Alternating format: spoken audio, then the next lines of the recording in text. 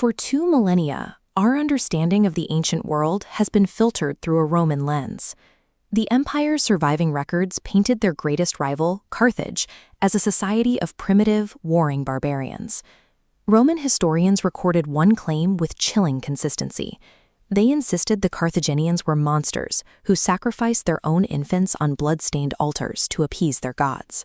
This narrative of depravity provided the moral authority Rome needed to justify a total genocide. It allowed them to burn the city to its foundations and salt the earth, attempting a permanent erasure of Carthaginian culture. Modern archaeologists eventually returned to the Tophet and Tunisia to investigate these alleged killing fields for themselves. Analysis of the skeletal remains revealed no signs of ritual trauma. Instead, researchers found the remains of infants who had died of natural causes common in the ancient world, proving the Tophet was actually a cemetery, not a place of execution. If Rome fabricated the ancient world's most famous crime to justify a massacre, their entire history is suspect. To find the truth, we have to look past the written propaganda and consult the biology left behind in the soil. The Romans described Carthage as a regional power that expanded through brute force and isolationist conquest. This map shows recovered genetic clusters. As nodes light up, we see a population defined by constant movement. One young man in Carthage carried a genetic signature tracing to Iberia. In Sardinia, samples revealed North African grandparents, indicating a society that integrated with its neighbors. Carthage didn't dominate the Mediterranean with a sword. They connected it through a vast maritime network. While Rome claimed the Carthaginians were backward, skeletal isotopes, the chemical markers of a lifetime of diet, reveal a population that was remarkably healthy and well-nourished. The bone chemistry reveals a thriving society.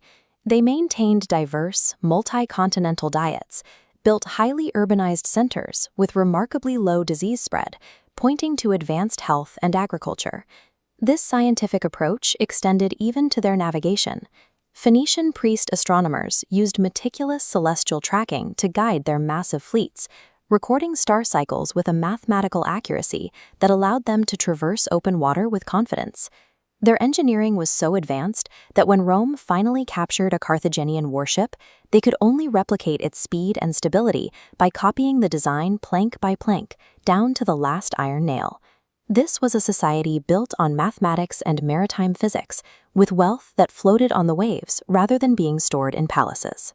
As researchers processed deeper genomic clusters, the results were so unexpected that the teams had to rerun the analysis several times to confirm the data. A group of individuals showed unmistakable genetic markers from populations completely outside the Mediterranean.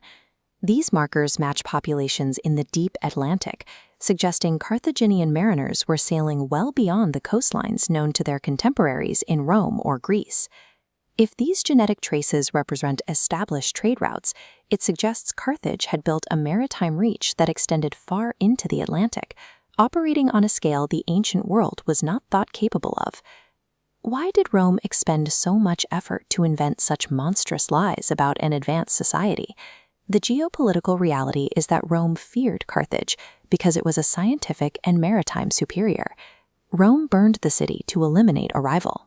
By erasing Carthage, they ensured that for 2,000 years, the world would only see the Roman version of history.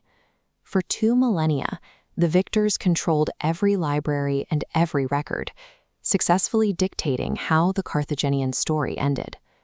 However, they could not salt the genetic evidence buried in the Tunisian soil. Imperial propaganda has finally met its match in biology. Through data and science, a lost maritime civilization has been resurrected from the salt.